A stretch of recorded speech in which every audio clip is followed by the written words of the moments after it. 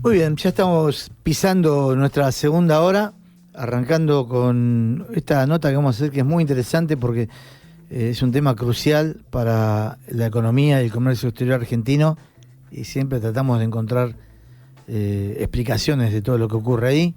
Me refiero en este primer punto que vamos a hablar a la navegación, sobre todo los ríos y la vía troncal de navegación, algunos denominan hidrovía Paraguay-Paraná. Por eso estamos en comunicación con Sergio Borrelli, quien es oficial de la Marina Mercante y práctico del Río de la Plata, pero además ha tenido una importante experiencia en el puerto de Buenos Aires. Sergio, Darío Ríos te saluda, ¿cómo estás? Hola, ¿qué tal? Buen día. Bueno, te agradecemos en principio por atendernos y bueno, queremos ver cuál es tu visión sobre el futuro de la vía de navegación troncal. Bueno, queda un desafío, ¿no? Nosotros, si vamos un poquito para atrás, viste, se navegaba en una época con el río Salvaje, Paraná, y el Paraná no tenía más de 25 pies y el río de la Plata alrededor de 28, esto es, pensá, unos 8 metros, y los buques salían casi vacíos, y eso significa un costo enorme para la mercadería que se transporta. A partir de lo que se llamó convencionalmente hidrovía, lo que se hizo fue generar un sistema de mantenimiento del río que garantizó primero 32 pies y desde ya hace varios años 34 pies de profundidad, y eso generó una revolución, ¿no? Tanto en el río Paraná como para todo el sistema, porque, bueno, junto con el boom que hubo de los granos, sin ninguna duda que se pudo desarrollar. El Paraná ha recibido una cantidad de inversiones y una cantidad de terminales que no existían. El tráfico de buques aumentó una enormidad y bueno, los volúmenes de la cosecha acompañaron. El desafío hoy es aprovechar ese éxito y seguir evolucionando. Sergio, ¿cómo está? Lo saluda Gabriel Ríos Malán. Buen día. Buen día. Usted estuvo a cargo de la dirección del Puerto de Buenos Aires. Me gustaría saber cómo evalúa la gestión de la Administración General de Puertos, justamente a cargo de la gestión de la hidrovía en estos últimos tiempos. Bueno, la AGP es un organismo que cuenta, por suerte, con un equipo de profesionales técnicos muy importante, y como es una empresa, básicamente en su funcionamiento contaba con presupuestos suficientes para mantener esa dotación, de modo que cuando le tocó el desafío de encarar la administración y la transición, porque hubo más o menos casi 25 años de un sistema privado donde estaba cerrado, en un pliego en el que todo lo que se comprometió de entrada se podía hacer, y de alguna manera algunos pendientes que no se tenían en cuenta en el momento que se inició el sistema hidrovía fueron quedando de lado durante un montón de años. La AGP lo que pudo hacer es, de alguna manera, venir a saldar todas esas cuentas pendientes que había en cuanto a trazas alternativas que se necesitaban para los canales, obras complementarias. Hubo una serie de cosas que se pudieron hacer, de modo que en ese sentido la AGP ha respondido muy bien al desafío. Uh-huh. Y en estos periodos de concesión, porque hay algunos sectores, bueno, de Rosario fundamentalmente, de los puertos privados, que dicen que la gestión del concesionario fue buena, pero sin embargo, por otro lado, también hay muchas críticas. ¿Qué evaluación podés hacer vos? Bueno, primero, sí, acá primero hay que ver el contexto. Dos cosas. Como yo decía, es una transición. Para poder hacer una evaluación y para poder encarar esto seriamente, necesitas periodos largos. En la precariedad de de la indefinición, de no tener una concesión larga, como el río tiene comportamientos variables, es muy difícil. Por ejemplo, durante todo este periodo, lo que reinó fue una bajante extraordinaria en Paraná, que hizo que por un lado hubiera poca sedimentación del río, pero por otro lado la profundidad no conformaba a nadie. En ese sentido hubo bastante mal humor, digamos, durante todo este tiempo. Y el Estado tiene en ese sentido una serie de burocracias que cumplir, donde conviven, el problema ambiental con la necesidad, con las necesidades técnicas y con las necesidades comerciales. Por eso es que se ha generado también bastante polémica. Ahora, el problema que vos tenés cuando haces contratos cortos como el que hubo, como el que está todavía vigente, es decir, contratar por periodos cortos, es que vos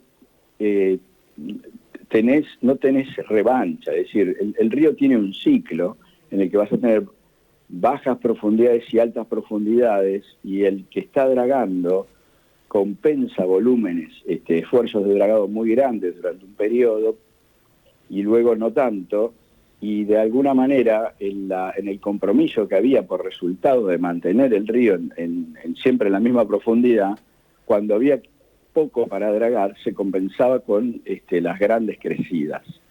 El problema de este sistema que tenés ahora es que no tenés ese horizonte de varios años para ir compensando buenas y malas, con lo cual, frente al desafío que viene, que es un río que probablemente crezca y traiga mucho sedimento y mucha tarea de dragado, es factible que en un periodo corto cueste financiar eso. Es decir, hace falta normalizar un sistema en el que, para mi gusto, tengas al menos comprometidos 8 años de contrato o algo por el estilo. Uh-huh. Y en este proyecto, digamos, de nueva licitación que se haga, o no, ¿hay posibilidades porque es un tema, lo que te voy a plantear, discutible por algunos sectores ecologistas, pero hay posibilidad de profundizarlo más o de ensanchar el canal de navegación? Bueno, mira, y lo vemos lo que pasó en el periodo más bajo de todo este periodo de bajas. Cuando vos tenés poca profundidad, necesitas más barcos para sacar la misma carga. En el peor momento de la altura del río, se necesitaron más o menos 25% más de buques para sacar las mismas cantidades de carga. Lo que no lograron sacar ese 25% más de buques también fue a las carreteras para salir por otros puertos, por ejemplo, Necochea o Bahía Blanca. Con lo cual, el impacto ecológico lo tenés en todos los casos.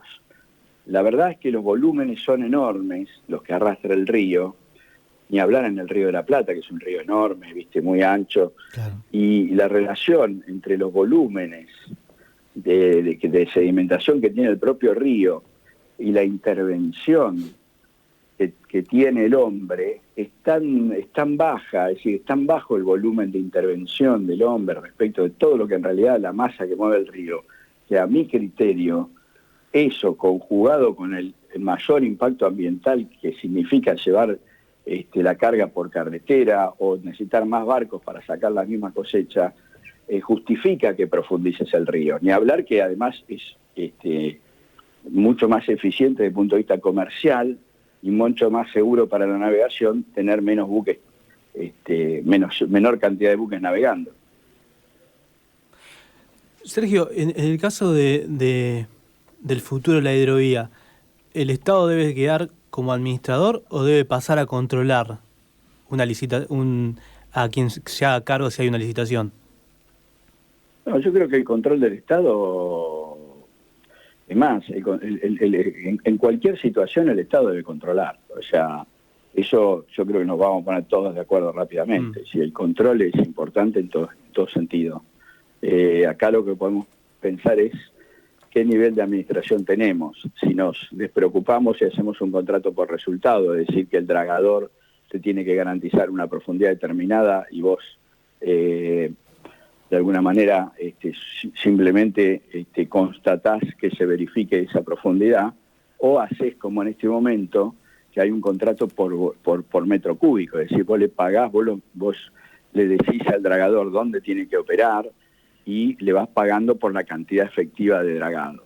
Eso cuando en el periodo de aguas bajas, como pasó ahora, es un buen negocio porque de alguna manera, si al dragar pocos metros cúbicos, también pagas poco, y a lo mejor en relación a lo que estás recaudando termina siendo favorable, inclusive te permite hacer, como pasó ahora, obras que hacía muchos años que estábamos esperando que se hicieran y se pudieron hacer.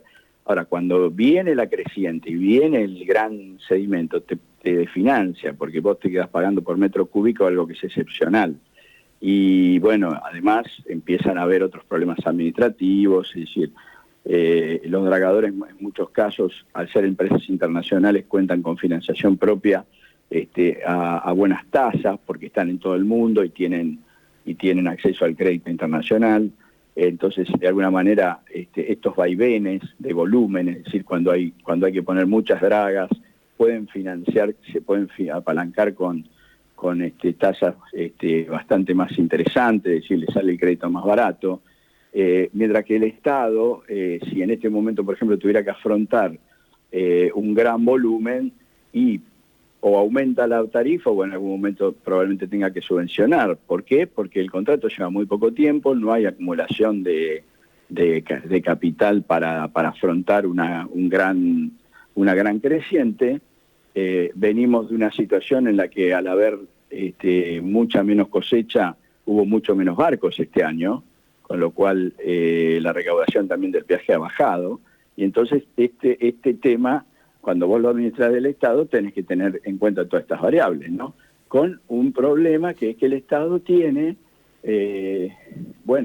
todo un aparato burocrático que no decide por su cuenta. Es decir, los controles, la transparencia lo obligan a hacer siempre las cosas con mucho más lentitud y ser más meticuloso que un privado que decide por sí mismo, toma sus riesgos y puede dar respuestas más rápidas a veces. Muy claro. Y tengo una consulta porque hay una polémica con relación al peaje entre Confluencia, ¿no? y Santa Fe, creo que es, en la parte norte de la hidrovía. Bueno, en las últimas horas se conoció que fueron interdictados 2 buques de bandera boliviana y paraguaya por no pagar el peaje. ¿Cómo ves este peaje tan polémico? Bueno, sí, tenés razón, es polémico. Mirá, la cosa es así. El planteo, acá hay 2 planteos para hacer. Uno es si se hacen obras o no se hacen obras. Y la verdad es que cuando vos tenés la actividad que tenés, Santa Fe al norte, donde tenés en promedio los años normales 20, 22 millones de toneladas, con una proyección de llegar en algún momento a casi 40 millones de toneladas, si tomás en cuenta toda la actividad todo lo que está previsto hacerse en el área, tanto en Brasil como en Paraguay y mismo en Bolivia. La verdad es que eso te obliga de entrada a controlar. Es decir, vos tenés costos de control, la prefectura, cuestiones aduaneras, cuestiones de amarraderos de barcazas. Después estás balizando y estás mantenimiento, y necesitas mantenimiento de esas balizas. Cuando el río crece empieza a arrastrar camalotes. Los camalotes son verdaderas islas flotantes que se llevan puestas, ¿viste? Y arrancan las boyas, hay que reponerlas. Hay que medir el río, hay que hacer batimetría, es decir, tener la profundidad actualizada. En el caso del puente General Belgrano, que es el que une Barranqueras con Corrientes, tenés que tener defensa, tenés que tener balizamiento y una serie de disposiciones para que los convoyes que vienen con un montón de barcazas puedan pasar con la mayor cantidad de barcazas posible y no rompan nada. Y todo eso tiene costos. Es decir, que la discusión de si hay costos está saldada, digamos, eso cuesta plata. Cuanto más hagas, obviamente más caro va a salir. Desde el otro lado, lo que sí se puede discutir es cuánto me sale eso. Es decir, si estoy haciendo algo, si es mucho o poco, es la discusión. Pero me parece que no hay discusión respecto de qué costos haya, con lo cual, digamos, podemos discutir el precio, podemos discutir el monto del peaje, pero me parece que pensar que no hay que pagar nada, bueno, pareciera bastante injusto. Sergio, y la última que quería hacer era, en el caso del puerto de Buenos Aires, ¿es necesario descentralizarlo? No, mira, yo creo esto. Por el puerto de Buenos Aires salen y se reciben insumos para defender las economías regionales. El puerto de Buenos Aires no es ni de la ciudad de Buenos Aires ni de un gobierno, es de todas las provincias. Yo creo que lo que hay que hacer con el puerto de Buenos Aires es normalizar su administración, es decir, ir hacia un directorio. Creo que las provincias tienen que ver ahí, porque es un puerto estratégico para todas las provincias y para todas las economías regionales. Si vos analizás de dónde vienen las mercaderías, vas a ver que las mercaderías que salen con valor agregado por el puerto de Buenos Aires y los insumos que entran de valor estratégico, tienen en su mayoría destino fuera de lo que es el radio de influencia directa del puerto de Buenos Aires. Con lo cual yo creo que eso es un puerto federal y la Argentina me parece que no se puede dar el lujo, al menos por ahora, de perder ese valor estratégico.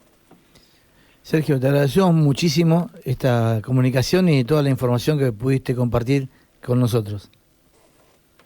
Bueno, yo les agradezco por la oportunidad de divulgarla. No, por favor, es un tema que está muy latente, es muy importante y que también se está dilatando mucho la toma de algunas decisiones clave para justamente operar en el mejor sentido todo lo que es la producción del norte argentino y también de los países hermanos que utilizan la vía, ¿no? Sí, yo sí tengo, es decir, una crítica, a veces es difícil, y sobre todo ansiedad, es difícil porque hay opiniones encontradas, sí, pero es para mí ambas cosas, el sistema hidroviario o el sistema de ríos inteligentes, como lo quieras llamar, la vía de navegación troncal, el nombre que le quieran poner, y el puerto de Buenos Aires reclaman definiciones y decisiones con horizontes, ¿viste? Con plazos más largos que te permitan planificar, que te permitan hacer flujos de dinero y planes comerciales, de manera tal de que también haya inversiones en las terminales, porque cuando una terminal tiene, no sé, una prórroga de 2 años, 4 años, lo único que hace es hacer mantenimiento de los equipos que tiene. Si vos tenés un contrato largo, a 20 años, a 25 años, en ese horizonte te pones a comprar grúas nuevas, a mejorar los muelles, a planificar nuevas profundidades para adaptarte.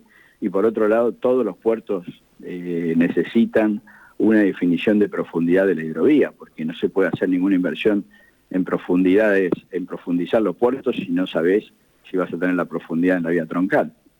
Claro. Bueno, excelente. Te agradecemos nuevamente y te mandamos un fuerte abrazo. Bueno, muchas gracias y que tengan buen día. Muy bien, muchas gracias también nuevamente. Dialogamos con Sergio Borrelli, que es presidente de la Cámara Argentina de Pilotaje y Practicaje y además, bueno, es oficial de la Marina Mercante.